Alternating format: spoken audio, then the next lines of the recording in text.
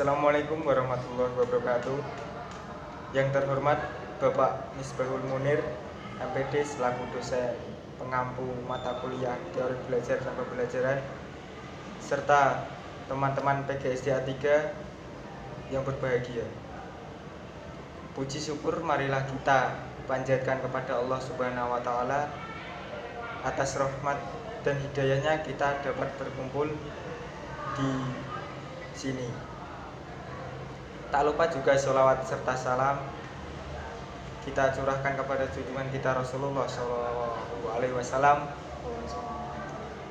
Pada pagi hari ini saya Rizal sebagai moderator yang akan memandu kegiatan diskusi.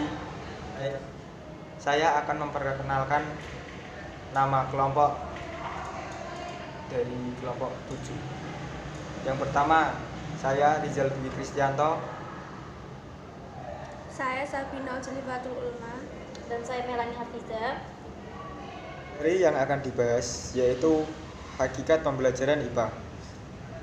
Sebagian filosofi menyatakan bahwa pada hakikatnya IPA adalah jalan untuk mendapatkan kebenaran dari apa yang telah kita ketahui.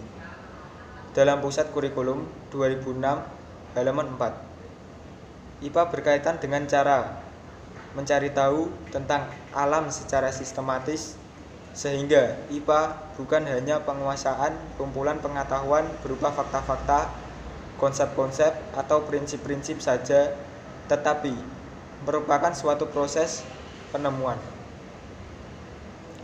Trianto 2011 halaman 136 sampai 137 menyatakan pada hakikatnya IPA dibangun atas dasar produk ilmiah, proses ilmiah, dan sikap ilmiah.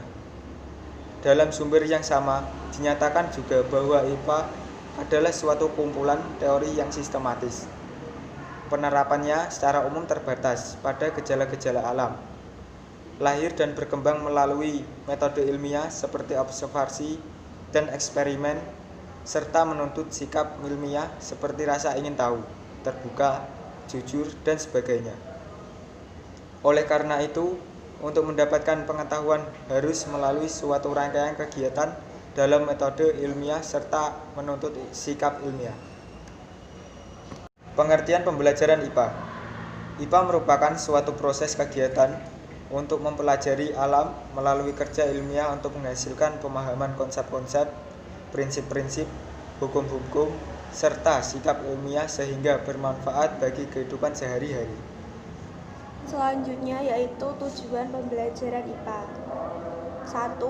Meningkatkan efisiensi dan efektivitas. Yang kedua, meningkatkan minat dan motivasi. Yang ketiga, beberapa kompetensi dasar dapat dicapai sekaligus. Menurut BNSP 2006 halaman 484, materi pembelajaran IPA bertujuan agar peserta didik memiliki kemampuan sebagai berikut: memperoleh keyakinan terhadap kebesaran Tuhan Yang Maha Esa berdasarkan keberadaban, keindahan, dan keteraturan alam ciptaannya. B. Mengembangkan pengetahuan dan pemahaman konsep-konsep IPA yang bermanfaat dan dapat diterapkan dalam kehidupan sehari-hari. C. Mengembangkan rasa ingin tahu, sikap positif, dan kesadaran adanya hubungan yang saling mempengaruhi antara IPA, lingkungan, teknologi, dan masyarakat. D. Mengembangkan keterampilan proses untuk menyelidiki alam sekitar, memecahkan masalah, dan membuat keputusan. E. Meningkatkan kesadaran untuk berperan serta dalam memelihara, menjaga, dan melestarikan lingkungan alam. F. Meningkatkan kesadaran untuk menghargai alam dan segala keteraturannya sebagai salah satu ciptaan Tuhan. Pembahasan berikutnya yaitu prinsip pembelajaran IPA. Prinsip pembelajaran IPA adalah sebagai berikut. Yang pertama, prinsip motivasi merupakan daya dorong seseorang untuk melakukan sesuatu. Jadi motivasi siswa perlu ditumbuhkan. Guru harus berperan sebagai motivator sehingga muncul rasa ingin tahu siswa terhadap pembelajaran. Yang kedua, prinsip latar. Pada hakikatnya siswa telah memiliki pengetahuan awal, oleh karena itu dalam pembelajaran sebaiknya guru perlu pengalaman apa yang telah dimiliki siswa, sehingga kegiatan pembelajaran tidak berawal dari kekosongan terhadap materi. Berikutnya, prinsip menemukan. Pada dasarnya, siswa sudah memiliki rasa ingin tahu yang besar, sehingga berpotensi untuk mencari tahu guna menemukan sesuatu. Yang keempat yaitu prinsip belajar sambil melakukan. Pengalaman yang diperoleh melalui bekerja merupakan hasil belajar yang tidak mudah dilupakan. Oleh karena itu, dalam proses pembelajaran hendaknya siswa diarahkan untuk berkegiatan. Selanjutnya yaitu prinsip belajar sambil bermain. Bermain merupakan kegiatan yang disukai pada usia SD. Dengan bermain akan menciptakan suasana yang menyenangkan sehingga akan mendorong siswa untuk melibatkan diri di dalam proses pembelajaran. Oleh karena itu, dalam setiap pembelajaran perlu diciptakan suasana yang menyenangkan melalui kegiatan bermain sehingga memunculkan daya kreativitas siswa. Yang berikutnya yaitu prinsip hubungan atau relevansi. Dalam beberapa hal, kegiatan belajar akan lebih berhasil jika dikerjakan secara berkelompok.